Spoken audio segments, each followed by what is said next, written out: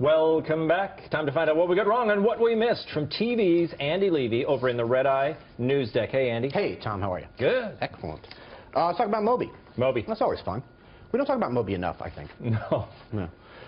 Tom, you quoted Moby as saying, quote, the Russian dossier on Trump is real, 100% real. He's being blackmailed by the Russian government, not just for being peed on by Russian hookers. And then you said, can I say that? Yeah. You cannot. I can't. No.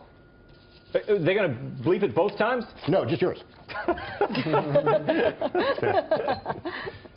Rob, you said this sounded like a guy who just woke up and caught up on his blogs. Or maybe a guy who just became woke. Oh, man. Yeah, think about it. You should have your own show. I just blew your mind. You did. Did you feel that? I feel so quiet now. Yeah. Excellent. Kathy, you pointed out that in a second Facebook post, Moby said, hey, maybe I'm just a clown. Yeah. Yeah, but that second Facebook post was actually, to me, more interesting because he really got into conspiracy theory in this one. He said, and maybe the Koch brothers and their pals aren't looking at ways to get Trump out of the White House. But then he said he was going to go blow some balloons. I know, but it's like, he also said, oh, this was my favorite. He said, just don't look too closely at Flynn and Manafort and the USS Cole. And the USS Cole, for those of you who don't remember, was a Navy destroyer that got bombed back in, I think, in 2000. Al-Qaeda took responsibility for it. But there's a conspiracy theory out there that it was a false flag and that the CIA was behind it. And I think that's what Moby is referring to. I don't know. I think Moby's onto something. I'm just not sure what. Yeah. Yeah. Dave, you said when your team isn't in office, you'll believe the same kind of crazy stuff that the other team did. Yeah, my favorite thing right now is this rogue POTUS staff account on Twitter. Have you seen this? Yes, they got right. A bunch of the Democrats were reacting to it. It's just so obviously fake, and tons of liberals keep retweeting it because they legitimately believe there are these rogue White House staffers on Twitter tweeting these things. It reminds me, I don't know why this is what's coming to my mind, but that story that got into Rolling Stone from the UVA case where you're like, did anyone, just when you hear something this extraordinary of a claim, wouldn't you maybe fact check a little bit? But they already want this narrative so much that they're just like, all right, let's go, we got it. It's very weird. Weird times we live in. The rule should be, if you read something that that aligns with your narrative, that's when you have to say, okay, maybe this isn't right. Yeah. That's when you have to double check. It's usually when I double down. Right. Rob, you said people are using the word compromat as if they hadn't just heard of it 12 hours ago. Right. Yeah, here's something I tweeted on January 11th. Can we put that up?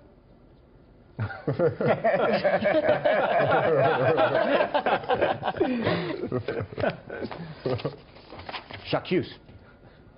Well, look, you're the one getting paid to be here. That's how I feel about it. The fitness instructor and Ivanka Trump. It's like an Aesop's fable, isn't it? Kathy, you said you always agree with Tom's monologues. Yes. Don't come on our show and lie. I don't lie. It's bad. It's just bad form. I'm not a liar. I like him a lot. Bad form. That said, I do agree with you that she was doing this for publicity for her class. Thank you. You're not lying, are you? No, I'm not. Okay, don't lie to me. I would never. Thank you. Dave, you brought up President Drone Bomber and said you should be able to punch people in the face because he threatened people. Yeah, but those were dirty foreigners, so that was okay for some reason. That's the whole Trump thing, too. Yeah, but those are dirty foreigners who are here. Oh, okay, right. Yeah, it's really just the other team, basically. Yeah. When it's, when they go after dirty foreigners. By the way, I think Obama deported a few million of those dirty foreigners who were here as well. He did. He also drone killed a couple of American citizens, I believe. Yeah, and by the way, Trump's already got one under his belt. Yeah, he's catching up. Joe, you said this woman just lost a customer, meaning you. Yes, sir. You mean if you lived in D.C. and had any interest in strengthening your core? Yes, and if my alias, Josh Mackey, wanted to get some fitness done. Ah, okay. People upset about Toby Keith playing Ribfest. Tom, you noted that Toby Keith didn't even endorse Trump, but Kathy, you seem to imply that, or not even imply, you actually said that by playing at the inauguration, Keith was endorsing Trump. Yes, I believe that. I didn't lie. Here's what Keith said during the election. He said, quote, I can't believe there's 300 million Americans in this country, and we've got these two as our final two. It's absolutely crazy.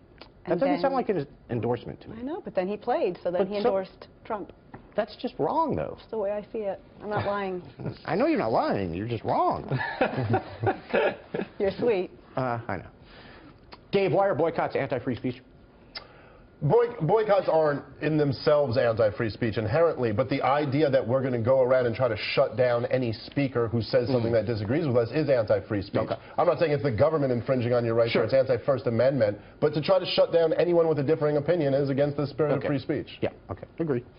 By the way, Ribfest organizers tell the Chicago Tribune they have never seen tickets for one of the festival's concerts sell faster. So they say they sold more tickets in the first 3 days than they ever have before. I think a lot of people didn't even know there was a Rib Fest. Now they know. Exactly. Let me know when there's a Cheeseburger Fest. I'll sign up. I don't care who's playing. Joe, Ted Nugent, who you took a shot at? Well, I didn't take a shot at. I said, how many times can you see Ted Nugent? Implying that I'd gone to see him a number of times. Oh, is that what it was? All right. Well, he's a big Fox News viewer, so I hope he took it that way. That guy has something. I don't want any trouble.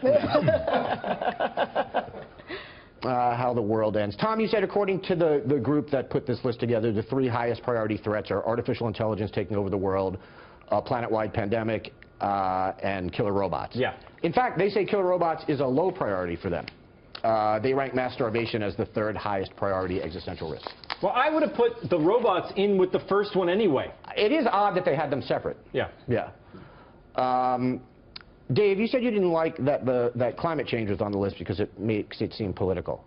Except that the vast majority of scientists agree that climate change is A, real, and B, a major threat. It's not... I mean, it's political people who make it political. If you're talking about the idea that what is accepted that man-made activity is affecting the climate and that is going to end humanity, I think that's kind of getting in the realm of political. When you have things like Bernie Sanders saying it'll make the world uninhabitable for our children, I don't know. So it seems a little bit strange to me. Compared to the other things on that list. They're not saying that. Huh? They didn't say that. Who didn't say that? This group. Okay, fine. If the federal debt was on that list, would you think that was somewhat partisan? Probably. Yeah. To me, I don't know. A lot of people agree that's a crisis too.